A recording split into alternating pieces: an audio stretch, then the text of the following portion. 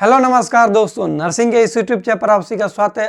आज के वीडियो में हम लोग नर्सिंग सीरीज का पार्ट 2 वीडियो जानेंगे। इस वीडियो में इसके पहले वीडियो में हम लोग पढ़े थे पार्ट 1 वीडियो, जिसमें ओबीजी से रिलेटेड एमसीक्यू जाने थे। इस वीडियो में हम लोग कंबाइंड जितने भी सब्जेक्ट्स है सभी सब्जेक्ट्स का हर एक क्वेश्चन को हम लोग डील करेंगे। कुछ इंपॉर्टेंट क्वेश्चन को लाए हैं इस वीडियो में, पार्ट 2 वाले में हम लोग जानेंगे। इस वीडियो में आप लोग देखिएगा कि जितना भी क्वेश्चन है हम लोग क्वेश्चन को पढ़ेंगे, हर एक क्वेश्चंस का ऑप्शन को जानेंगे, राइट आंसर जो है उसको जानेंगे, साथ ही साथ जितना भी उससे रिलेटेड रेशनल्स है, जानकारी है, वो सभी चीज़ों को भी हम लोग जानेंगे इस वीडियो में। चलिए हम लोग अपने क्वेश्चंस को शुरू करते हैं। फर्स्ट क्वेश्चन हम लोग का है आज का कि Negri body is seen in, Negri body seen in, Negri body जो है कौन से कंडीशन में सीन होता है ये हम लोग को बताना है। नेगरी बॉडी जो है कौन से डिजीज कंडीशन में सीन होता है। अब बात करें कि नेगरी बॉडी क्या होता है, तो ये बीमारी के वजह से सेंट्रल नर्वस सिस्टम को अफेक्ट करता है। ऑप्शन ए है चिकन पॉक्स, मिजल्स, मम्स या फिर रेबीज। अब आप लोग थोड़ा सा ये भी जान सकते हैं कि कौन से बीमारी है जो कि सेंट्रल नर्वस सिस्टम को अफेक्ट करता है। नेगरी बॉडी बेसिकली हम लोग बात करें तो रेबीज वाले डिजीज कंडीशन में देखने को मिलता है। रेबीज दो टाइप के होते हैं, प्रूसियस रेबीज होते हैं जो कि वो मोस्ट कॉमन माना जाता है, और उसी रेबीज के टाइप्स में, प्रूसियस रेबीज के टाइप्स में ही नेगरी बॉडी शो होता है पेशेंट में, जो कि पेशेंट का नर्वस सिस्टम को अफेक्ट करता है। इसका राइट आंसर, इस ऑप्शन का क्वेश्चन का राइट आंसर ऑप्शन डी हो जाएगा। नेगरी बॉडी जो है ये राइट आंसर हो जाएगा। अब हम लोग बात करें कि ऑप्शन ए चिकन पॉक्स के बारे में क्या क्या जानकारी ले सकते हैं। फर्स्ट ले सकते हैं कि चिकन पॉक्स जो है ये, इसका बात करें कॉजेटिव एजेंट का कि क्या होता है, तो कॉजेटिव एजेंट हम लोग जान सकते हैं कि वेरिसेला जोस्टर वायरस होता है। उसके बाद इंक्यूबेशन पीरियड 14 से 16 दिन होता है। चिकन पॉक्स का क्लासिकल फीचर्स होता है प्लियोमॉर्फिज्म। ये क्वेश्चंस पूछे जाते हैं एग्जाम में कि चिकन पॉक्स में क्या इसका क्लासिकल फीचर है, तो प्लियोमॉर्फिज्म, या फिर उसी को हम लोग बोलते हैं सेंट्रीपिटल अपीयरेंस। सेंट्रीपिटल अपीयरेंस का मतलब होता है कि पर्सन जो कि जिस पर्सन में भी चिकन पॉक्स बीमारी हुआ है उस पर्सन का सेंटर पार्ट अफेक्ट होगा, पेरिफेरल पार्ट अफेक्ट नहीं होगा। सेंटर पार्ट में आता है चेस्ट, एक्जिला, पेरिफेरल पार्ट में आता है पाल्म, दोनों हाथ का पाल्म एंड दोनों पैर का सोल, ये अफेक्ट नहीं होगा, सेंट्रल पार्ट अफेक्ट होगा। एक और क्वेश्चन पूछे जाते हैं चिकन पॉक्स लेके, चिकन पॉक्स का फर्स्ट साइन क्या होता है। फर्स्ट साइन क्या पर अपीयरेंस होता है, इसका रेसेज किस बॉडी पार्ट्स पर अपीयरेंस होता है, तो बोलेंगे हम लोग कि ट्रंक पर अपीयर होता है, फर्स्ट सिम्टम्स इसका अपीयर होता है। सेकेंड हम लोग का ऑप्शन है मीजल्स। मीजल्स जो होता है RNA paramyxo virus causative agent इसका होता है। मीजल्स का इंक्यूबेशन पीरियड होता है 10 से 14 दिन, इसको आप लोग याद रख सकते हैं, मिजल्स का इंक्यूबेशन पीरियड। उसके बाद हम लोग याद रख सकते हैं कि मिजल्स का दूसरा नाम होता है रूबियोला वायरस या फिर 4 डे फीवर, मिजल्स को बोलते हैं। मिजल्स में कोप्लिक स्पॉट देखने को मिलता है, याद रखिएगा, ये भी क्वेश्चन एग्जाम में पूछे जाते हैं कि कोप्लिक स्पॉट लिख लीजिएगा अपने कॉपी पर कि कोप्लिक स्पॉट कौन से बीमारी में देखने को मिलता है, तो हम लोग बोलेंगे कि मिजल्स में देखने को मिलता है। मिजल्स ऐसा बीमारी है जिसमें कोप्लिक स्पॉट देखने को मिलता है, या फिर बोल सकते हम लोग कि 3C साइन देखने को मिलता है। 3C साइन में आता है कंजक्टिवाइटिस, कोराइजा और कॉफ। लिख लीजिएगा, फर्स्ट सी का मतलब कंजक्टिवाइटिस, इन्फ्लेमेशन होगा पेशेंट के कंजक्टिवा में। कोराइजा मतलब होता है इन्फ्लेमेशन हो जाएगा पेशेंट के म्यूकस मेम्ब्रेन में, और कॉफ होगा पेशेंट को, जो कि मिजल्स वाले पर्सन में देखने को मिलता है। मिजल्स जिस भी पर्सन को इसका वैक्सीन लगाते हैं तो उस वैक्सीन का साइड इफेक्ट देखने को मिलता है, उसका नाम है TSS। लिख लीजिएगा TSS। TSS का फुल फॉर्म होता है टॉक्सिक शॉक सिंड्रोम।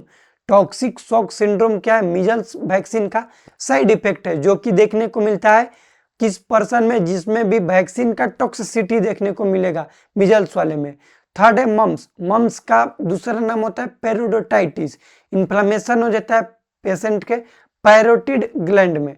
3 पेयर्स होते हैं, सलाइवरी ग्लैंड जिसमें लार्जेस्ट होता है, पैरोटिड ग्लैंड जिसमें इन्फ्लेमेशन हो जाता है, उस कंडीशन को हम लोग बोलते हैं मम्स। मम्स का पूछा जाता है कि मोस्ट कॉमन कॉम्प्लिकेशन क्या होता है, तो बोलेंगे हम लोग कि एसेप्टिक मेनिंजाइटिस। फर्स्ट क्वेश्चन हो गया मम्स से रिलेटेड। सेकंड क्वेश्चन लिख लीजिएगा आप लोग की most common complication in adult mail पूछा जाएगा, तो वो बोलेंगे ओर्चाइटिस, यानी कि इन्फ्लेमेशन हो जाएगा मेल के टेस्टिस में। थर्ड क्वेश्चन लिखिएगा मम्स का कि मोस्ट कॉमन कॉम्प्लिकेशन फीमेल में क्या होगा, एडल्ट फीमेल में तो होता है उफराइटिस। उफराइटिस का मतलब होता है कि इन्फ्लेमेशन हो जाएगा फीमेल के ओवरी में। ये हो गया हम लोग का फर्स्ट क्वेश्चन, और इस क्वेश्चन के जितने भी ऑप्शन थे सभी ऑप्शंस के रेशनल। इसी तरह से हम लोग सभी क्वेश्चंस को डील करेंगे और साथ ही साथ हर एक क्वेश्चन का आंसर तो जानेंगे, बाकी जो 3 ऑप्शन है उस ऑप्शन से रिलेटेड भी कुछ हम लोग इंपॉर्टेंट पॉइंट्स को जानेंगे। सेकंड क्वेश्चन हम लोग का है जहां पर best test to detect iron deficiency anaemia. Iron deficiency anaemia जिस भी पर्सन में होगा उसका बेस्ट टेस्ट पूछा, या फिर बोल सकते हम लोग कि बेस्ट डायग्नोसिस क्या है। फर्स्ट ऑप्शन है पीसीबी। पीसीबी का फुल फॉर्म होता है packed cell volume. Packed cell volume. Option B है आयरन बाइंडिंग कैपेसिटी, यहां पर बाइंडिंग टाइपिंग मिस्टेक है, बाइंडिंग कर दीजिएगा बाइंडिंग कैपेसिटी। ऑप्शन सी है सीरम आयरन, और ऑप्शन डी है serum ferritin. Iron deficiency anaemia जिस भी पर्सन में हुआ है उसका हम लोग बात करें कि मोस्ट बेस्ट बोल सकते हैं, मोस्ट कॉमन डायग्नोसिस क्या होता है पर्सन में, तो होता है serum ferritin level. Serum ferritin level जो है ये मोस्ट कॉमन में होता है और मोस्ट कन्फर्मेटिव है, मोस्ट सुटेबल डायग्नोसिस होता है आयरन डिफिशियंसी एनीमिया वाले पेशेंट में। चलिए अब हम लोग आयरन डिफिशियंसी एनीमिया को जान लेते हैं। Iron deficiency anaemia most common type of anaemia होता है। कॉजेस बात करें तो 4 कॉज होता है, decrease intake, decrease absorption, increase हो जाएगा लॉस और इंक्रीज हो जाएगा बॉडी का डिमांड। मोस्ट कॉमन कॉज होता है आयरन डिफिशियंसी एनीमिया का डिक्रीज इनटेक, यानी कि हम लोग इनटेक ही कम करते हैं आयरन सोर्स का, इसके वजह से एनीमिया होता है, जो कि मोस्ट कॉमन कॉज होता है। साइन एंड सिम्टम्स के बात करें तो मोस्ट कॉमन सिम्टम्स देखने को मिलता है आयरन डिफिशियंसी एनीमिया वाले पेशेंट में पेलर, याद रखिएगा PALLOR, पेलरनेस पेशेंट में मोस्ट कॉमन। जैसा हम लोग जानते हैं कि परनिकिसियस एनीमिया जो कि विटामिन B12 के कमी से होता है, उस वाले पेशेंट में मोस्ट कॉमन सिम्टम देखने को मिलता है रेड बीपी टंग। पेशेंट का जो टंग है वो रेड बीपी हो जाता है। आयरन डिफिशियंसी एनीमिया में माइक्रोसाइटिक हाइपोक्रोमिक हो जाता है, हम लोग बोल सकते हैं कि जो हीमोग्लोबिन होता है उसका कलर हो जाता है और आरबीसी का साइज छोटा हो जाता है, जिसको बोलते हैं हम लोग माइक्रोसाइटिक हाइपोक्रोमिक एनीमिया के नाम से जाना जाता है। तो ये भी क्वेश्चन एग्जाम में पूछा जाएगा कि कौन से एनीमिया को हम लोग माइक्रोसाइटिक हाइपोक्रोमिक एनीमिया बोलते हैं, तो बोलेंगे हम लोग कि आयरन डिफिशियंसी एनीमिया बोलते हैं। आयरन डिफिशियंसी एनीमिया में हम लोग जानेंगे डायग्नोसिस कि सीरम फेरेटिन लेवल करते हैं, मैनेजमेंट में आयरन देते हैं और आयरन सप्लीमेंट्स देते हैं। पेशेंट को एजुकेट करना है कि आयरन जो ले रहे हैं सोर्स टैबलेट ले रहे हैं, आयरन सल्फेट है जो भी ले रहे हैं वो बिटवीन मील ले, ये क्वेश्चन पूछा जाता है। और आयरन जो होता है उसको बिटवीन मील लेंगे, मतलब कि अभी खाना खाएं, खाना खाने के बाद और सेकंड जब खाना खाने वाले हैं वो दोनों के बीच, मान लो कि हम 9 बजे खाना खा लिए, उसके बाद हमारा दूसरा खाने का टाइम है 12 बजे, तो हम 10 बजे या फिर 11 बजे आयरन खा लेंगे, उसके बाद खाना खाएंगे। बिटवीन मील इसको बोलते हैं, जो कि बेस्ट टाइम होता है, सुटेबल टाइम। अब इसका हम लोग किस तरह से असेसमेंट करेंगे कि आयरन जो है बॉडी में प्रॉपर मात्रा में एब्जॉर्ब हुआ है या फिर नहीं, तो पेशेंट को कॉन्स्टिपेशन होगा या फिर डार्क कलर का स्टूल आएगा। याद रखिएगा जब भी आयरन सोर्स लेते हैं तो उसमें जेग्रिप हो गया या फिर स्पिंज पालक हो गया, ये सब चीज आयरन के एब्जॉर्प्शन को बढ़ाता है। मिल्क और मिल्क से रिलेटेड प्रोडक्ट को नहीं लेते हैं, विटामिन सी को लेते हैं। ये भी क्वेश्चन पूछा जाता है कि आयरन टैबलेट कोई भी पर्सन को दिए तो कौन सा चीज हम पेशेंट को प्रोवाइड करेंगे for the best absorption iron का, तो ऑरेंज जूस जो है वो पेशेंट को प्रोवाइड करते हैं, तो ये आप लोग याद रखिएगा। नेक्स्ट हम लोग का क्वेश्चन है कि fluid of choice in burn patient, जो बर्न पेशेंट होता है हॉस्पिटल में आता है, उस पेशेंट को कौन सा फ्लूइड सुटेबल रहेगा और उस फ्लूइड को ही हम लोग क्यों चढ़ाएंगे, फ्लूइड ऑफ चॉइस क्यों बोलते हैं। ऑप्शन ए है एनएस यानी कि नॉर्मल सेलाइन, ऑप्शन बी है 5% डेक्सट्रोज, ऑप्शन सी है आरएल जिसको रिंगल लैक्टेंट बोलते हैं, और ऑप्शन डी है मेनिनटॉल। बर्न वाले पेशेंट में हम लोग एक चीज जानते हैं, बर्न से रिलेटेड पूरा वीडियो भी चैनल पर है, आप लोग देख सकते हैं, प्लेलिस्ट में जाइएगा तो फंडामेंटल ऑफ नर्सिंग से आप लोग को मिल जाएगा, डिटेल में बनाया है, 1 घंटा का वीडियो है बर्न से रिलेटेड, उसमें भी ये क्वेश्चन को हम सॉल्व कराए हैं। Fluid of choice burn patient में ये हम लोग चीज जानते हैं कि जो बर्न वाले पेशेंट होते हैं उसमें इलेक्ट्रोलाइट का इम्बैलेंस होता है, बर्न वाले पेशेंट में इलेक्ट्रोलाइट का इम्बैलेंस होता है, और एकमात्र फ्लूइड होता है जिसमें इलेक्ट्रोलाइट होता है, वो फ्लूइड इलेक्ट्रोलाइट को कंटेन करता है, वो होता है आरएल जिसको रिंगल लैक्टेंट बोलते हैं। तो हम लोग बेस्ट चॉइस मानते हैं कि जो भी बर्न वाले पेशेंट है उसमें रिंगल लैक्टेंट एक बेस्ट चॉइस में माना जाता है। इस क्वेश्चन का राइट आंसर हो जाएगा हम लोग का आरएल, रिंगल लैक्टेंट जो है ये राइट आंसर हो जाएगा। आरएल का दूसरा नाम होता है हटमैन सॉल्यूशन, ये भी कई बार एग्जाम में पूछे जाते हैं कि सेकेंड नेम या फिर अनदर नेम क्या है आरएल का, तो बोलेंगे हम लोग हटमैन सॉल्यूशन।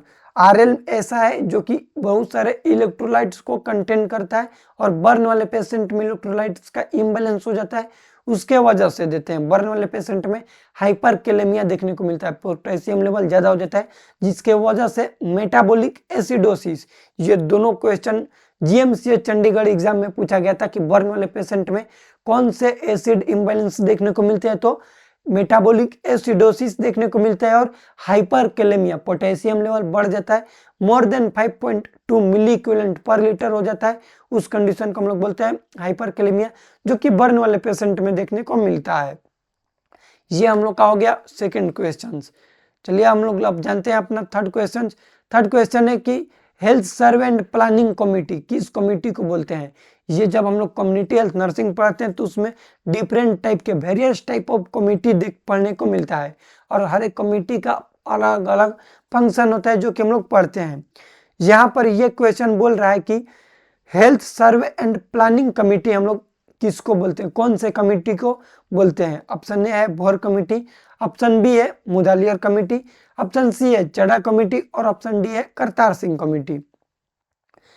भोर कमेटी को हम लोग बोलते हैं health survey and development committee, copy पर लिखिएगा कि Bhore committee also known as health survey and development committee, और मुदालियर कमेटी को हम लोग बोलते हैं health survey and planning committee. तो इस क्वेश्चन का राइट आंसर ऑप्शन बी हो जाएगा।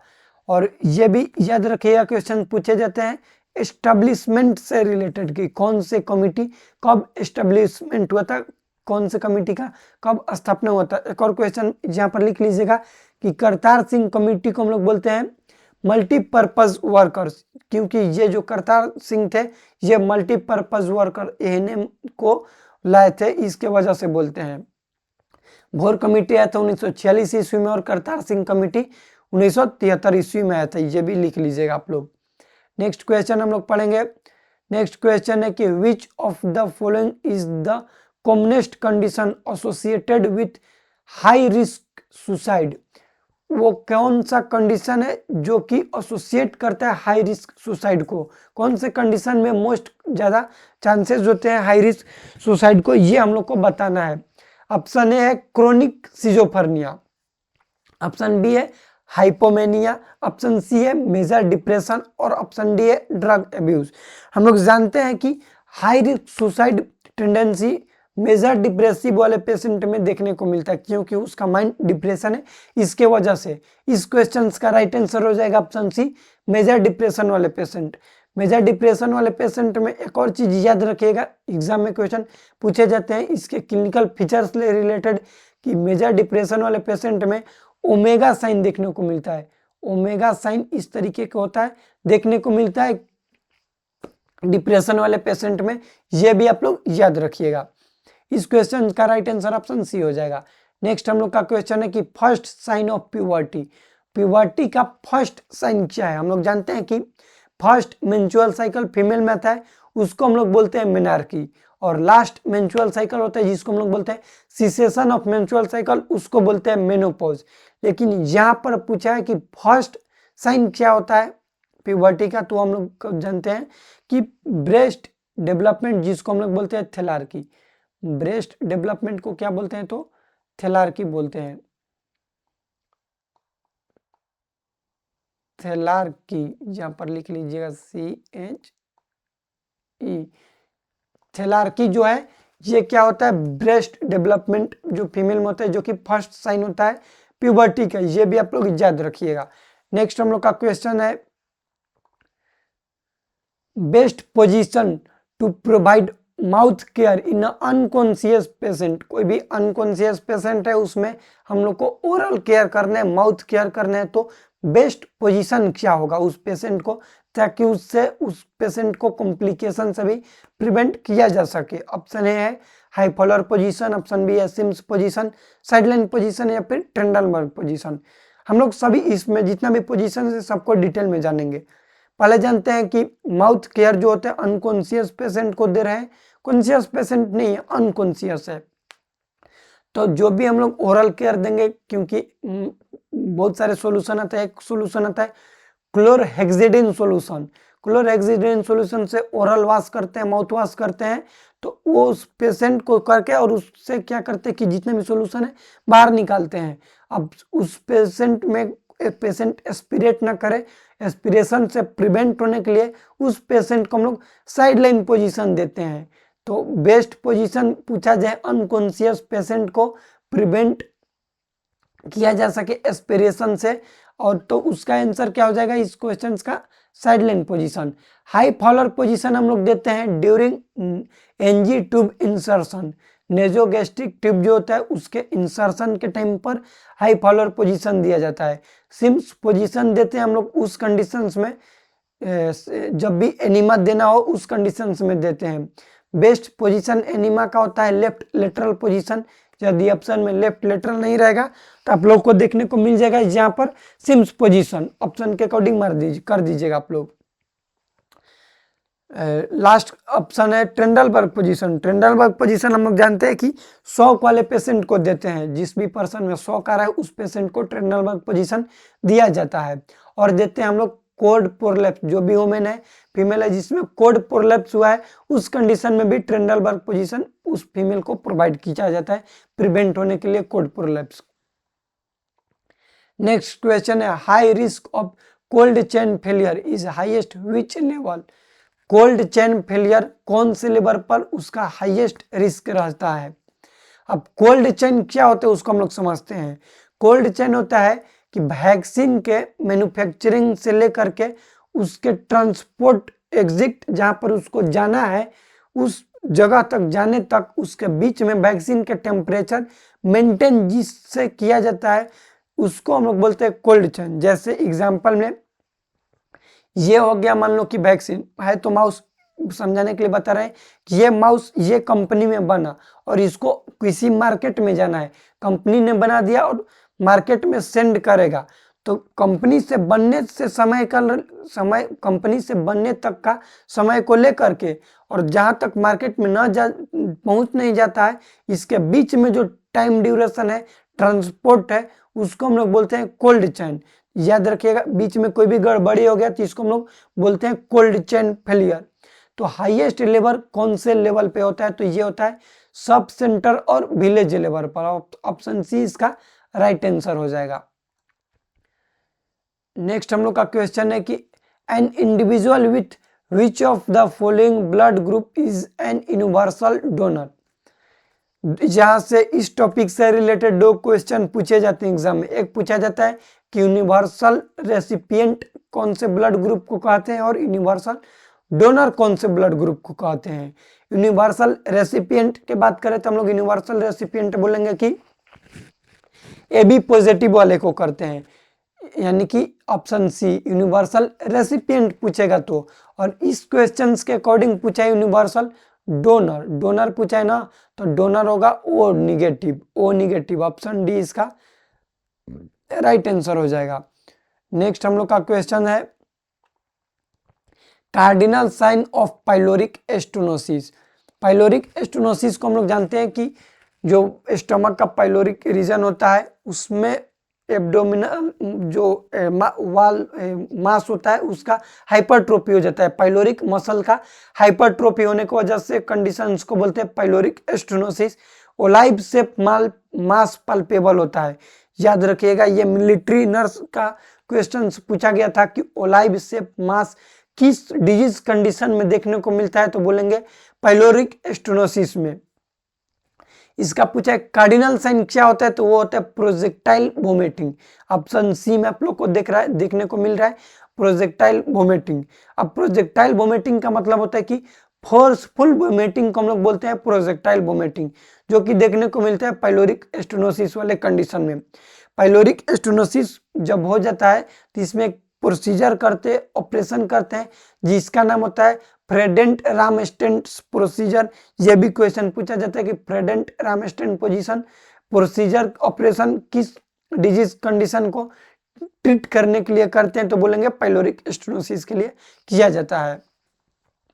नेक्स्ट हम लोग का क्वेश्चन है कि wasting is defined as. Wasting का मतलब क्या होता है ऑन द बेसिस ऑफ। दो क्वेश्चन पूछा जाता है, एक पूछा जाता है वास्टिंग और एक पूछा जाता है शंटिंग। यहां पर आप लोग लिख लीजिएगा शंटिंग का स्पेलिंग, शंटिंग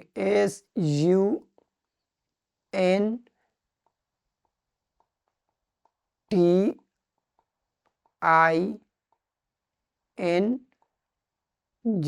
शंटिंग। एक है वास्टिंग और एक है शंटिंग। वास्टिंग का मतलब होता है कि वेट हाइट के अकॉर्डिंग नहीं बढ़ना, मतलब कि कोई पर्सन है जिसका हाइट 6.5 फीट है, वजन उसका 50 kg है, तो उस कंडीशन को हम लोग बोलते हैं वास्टिंग।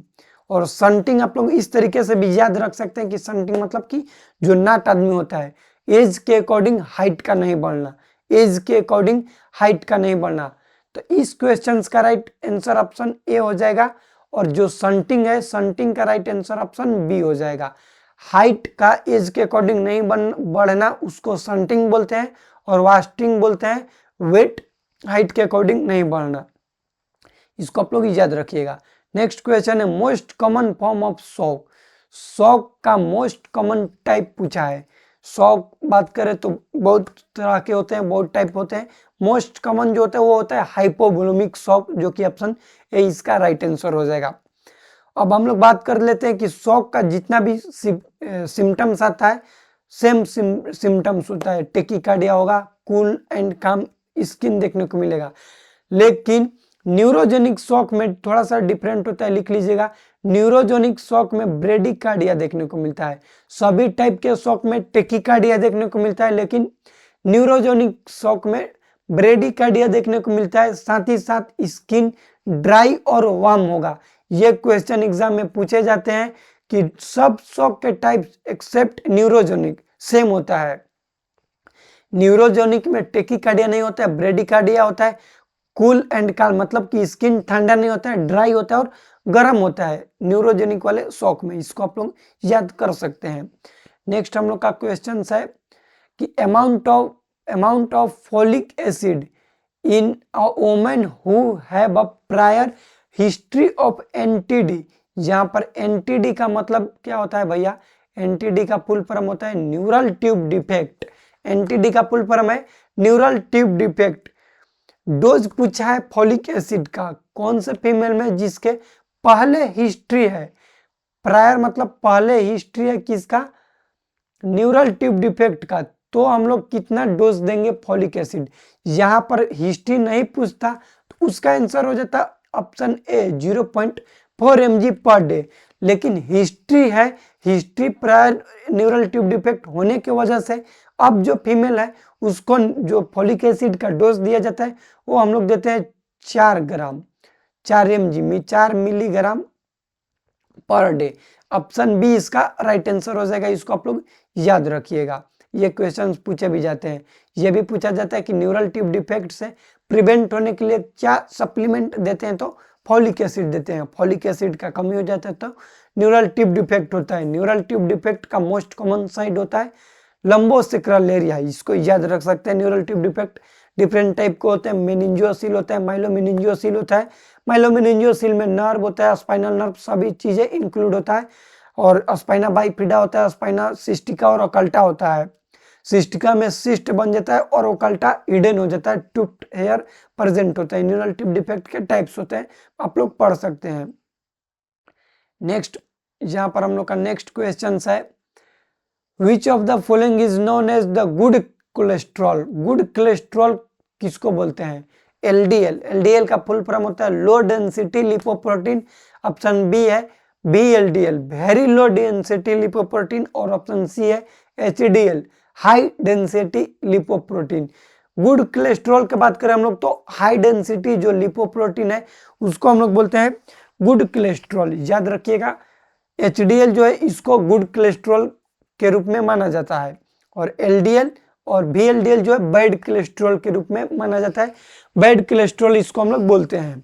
इस क्वेश्चन का आंसर हम लोग का ऑप्शन सी राइट हो जाएगा, एचडीएल, हाई डेंसिटी लिपोप्रोटीन सही हो जाएगा। नेक्स्ट क्वेश्चन है, pain during ovulation is known as.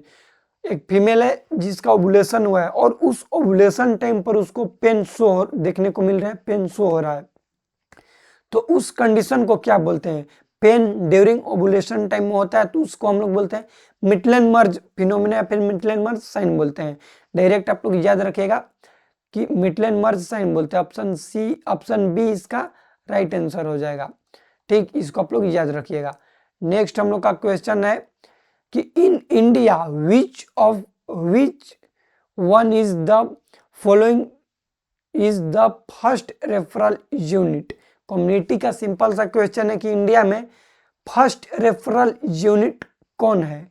Option है sub centre, PHC primary health centre, CHC community health centre, या फिर regional hospital. First referral unit full form इसका होता है एफआरयू, एफआरयू, जिसको बोलते हैं हम लोग क्या चीज? First referral unit. तो इसका राइट आंसर ऑप्शन सी हो जाएगा, CHC community health centre first referral unit के रूप में हम लोग मानते हैं। नेक्स्ट क्वेश्चन है कि which vitamin help in wound healing. Wound healing में कौन सा विटामिन हेल्प करता है? तो हम लोग जानते हैं कि विटामिन सी। विटामिन सी जो है वुंड हीलिंग में हेल्प करता है। विटामिन बी और विटामिन सी जो होता है वाटर सोल्यूबल विटामिन होता है, याद रख सकते हैं WBC से। वाटर, W का मतलब वाटर, और जो विटामिन बी और सी है वाटर सोल्यूबल है।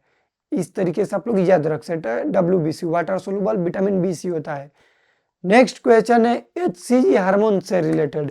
HCG हार्मोन जो होता है 8 दिन से 8 डे ऑफ प्रेगनेंसी से बनना स्टार्ट हो जाता है।